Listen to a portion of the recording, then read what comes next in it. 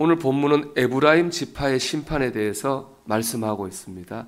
1절을 제가 다시 읽어보면 에브라임이 말을 하면 사람들이 떨었도다.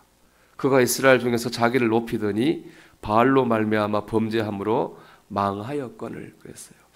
이 에브라임이 말을 하면 사람들이 떨었다고 그랬잖아요.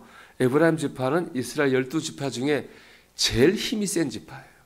사람도 많고 경제적으로도 부유하고 군사적 힘도 강한 지파였습니다. 거기다가 가나안 정복 전쟁의 지도자 여호수아가 에브라임 지파입니다. 이 말은 가나안을 정복할 때 에브라임 지파가 제일 앞에 섰다는 거예요. 제일 공헌을 많이 했죠. 이런 이유들 때문에 사람들은 에브라임 지파를 1등 지파라고 인정해 줬어요. 에브라임 지파도 자신들이 1등 지파라고 생각했습니다. 이런 이유로 다른 지파들이 에브라임 지파 앞에서 머리를 숙였습니다. 그러니까 이제 그 앞에서 떨었다 이렇게 표현하고 있는 거죠. 상황이 이러다 보니까는 자연스럽게 에브라임 지파는 교만해졌습니다. 그 말씀 보면 그가 이스라엘 중에 자기를 높이더니 그 교만은요 우상 숭배로 이어졌고 이로 인해 하나님의 심판을 받게 됐습니다. 자, 이를 보면은 힘이 세지거나 높아지면은 나도 모르게 교만해집니다. 그리고 그 교만은 우상 숭배로 이어지고 이로 인해서 하나님의 심판을 받아서 망하게 되는 거예요. 이게 망하는 공식이에요. 좀 교만해져서 원래 이제 에브라임 지파가 하나님을 안 믿은 게 아닙니다. 여러분 이스라엘의 심판을 받았지만은 하나님을 안 믿은 게 아니라 하나님을 믿으면서 우상을 섬겼어요. 하나님과 멀어지는 신앙생활을 한 거죠. 이게 망하는 공식이에요. 교만해서 우상 숭배하다가 심판받아서 망하는 거예요. 그런데 내가 교만해지고 싶어서 교만해지는 게 아닙니다. 세상적인 삶이든 믿음 생활이든 지식이든 내가 다른 사람보다 뭐라도 조금이라도 낫다고 생각하면 나도 모르게 교만해집니다. 인간이 죄인이라서 그렇습니다.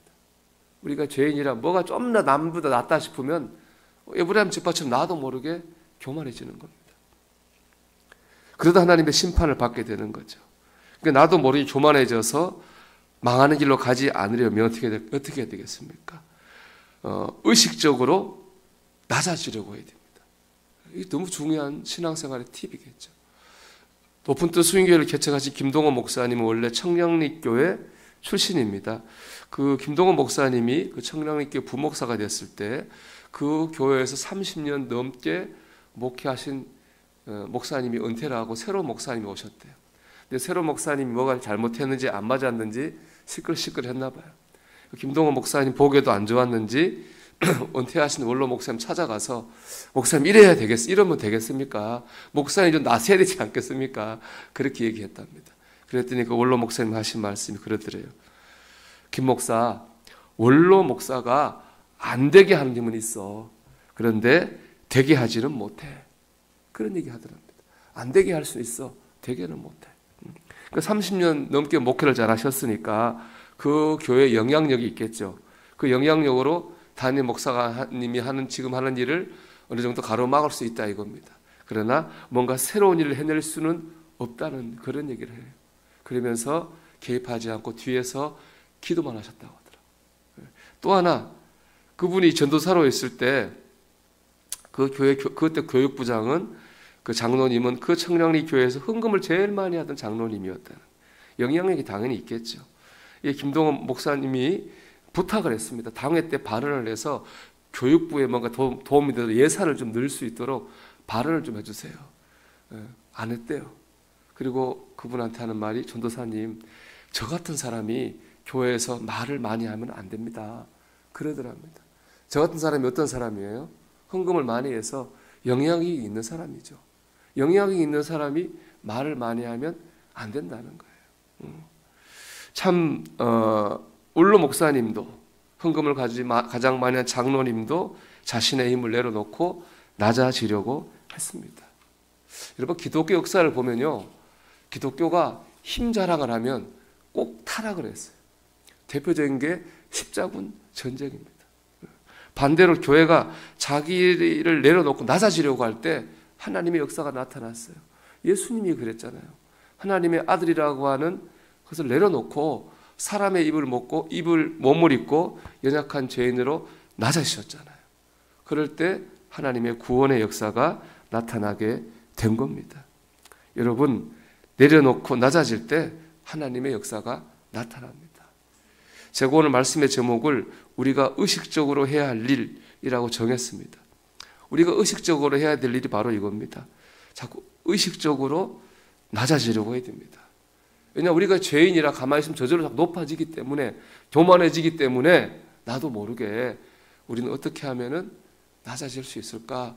늘 그런 생각을 의식적으로 해야 되는 겁니다. 어떻게 보면 한국교회는 에브라임 지파 같다고 생각합니다. 한국교회는 세계적으로 유례 없는 부흥을 체험한 교회입니다. 전 세계적으로 선교사를 두 번째로 많이 보내는 교단입니다. 미국 교회가 지금 선교사를 많이 줄이고 있다 보면 있고 있는데 어떻게 보면 한국 교회가 1등이 될 수도 있습니다. 에브라임 지파처럼 힘이 있습니다. 이거는 우리 믿음의 선조들이 정말 믿음으로 잘 살았기 때문에 하나님 주신 부흥의 결과입니다. 그러면 우리도 그 믿음의 선배들처럼 제가 조금 전에 소개했던 청량리교회 원로 목사님처럼 그 장로님처럼 우리가 의식적으로 가정과 세상과 교회에서 내가 어떻게 하면 좀 더 그리스도인답게 살 수 있을까를 의식적으로 생각하고 행동해야 됩니다. 그럴 때 우리는 심판이 아니라 하나님 주시는 부흥과 축복을 체험하게 될 줄로 믿습니다.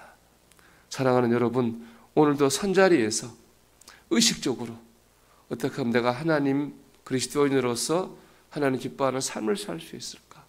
그런 생각을 하는 가운데 하나님 주시는 부흥과 축복을 경험할 수 있는 저와 여러분, 또 여러분의 가정과 우리 교회가 되기를 주님의 이름으로 축원합니다.